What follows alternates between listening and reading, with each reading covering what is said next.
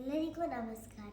ಈ ದಿನ ನಾನು ಹೆಸರುಕಾಳು, ತೊಗರಿಬೇಳೆ, ಬೀನ್ಸ್ ಹಾಕಿ ಬಸ್ಸಾರು ಮಾಡೋದು ಹೆಂಗೆ ಅಂತ ಹೇಳ್ಕೊಡ್ತೀನಿ. ಈಗ ಈ ಮೂರನ್ನು ಹಾಕಿ ಚೆನ್ನಾಗಿ ವಾಶ್ ಮಾಡ್ಕೊಬೇಕು.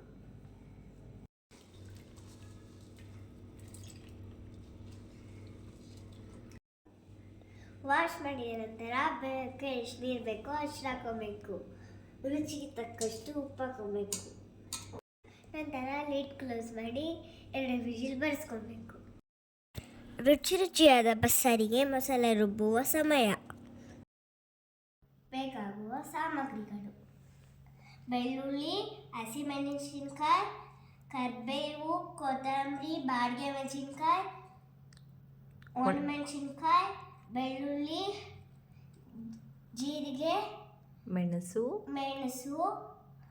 ಮೆಂತ್ಯ, ಕೊಬ್ಬರಿ, ಈರುಳ್ಳಿ, ಟೊಮೆಟೊ.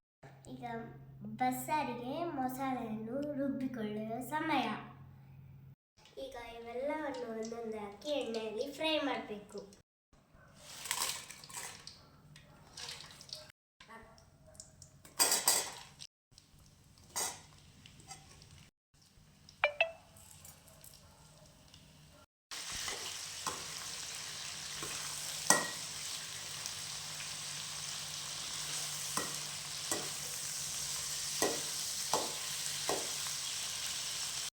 ಇವೆಲ್ಲವನ್ನು ಫ್ರೈ ಮಾಡಿದ ನಂತರ ಅದಕ್ಕೆ ಹಸಿ ಜೀರಿಗೆ, ಬೆಳ್ಳುಳ್ಳಿ, ಕೊಬ್ಬರಿ,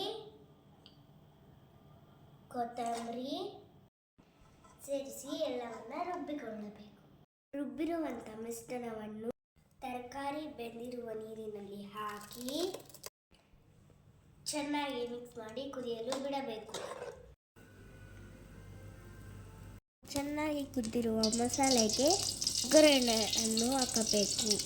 ಸ್ವಲ್ಪ ಎಣ್ಣೆ, ಸ್ವಲ್ಪ ಸಾಸಿವೆ, ಕರಿಬೇವು, 2 ಬಾಡಿಗೆ ಮೆಣಸಿನಕಾಯಿ, ತರಿಸಿದ ಈರುಳ್ಳಿ ಎಲ್ಲವನ್ನು ಹಾಕಿ ಚೆನ್ನಾಗಿ ಮಿಶ್ರಣ ಮಾಡಿ ಮಸಾಲೆಗೆ ಹಾಕಬೇಕು.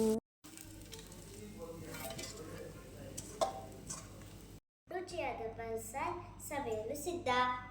ಬಾಯ್.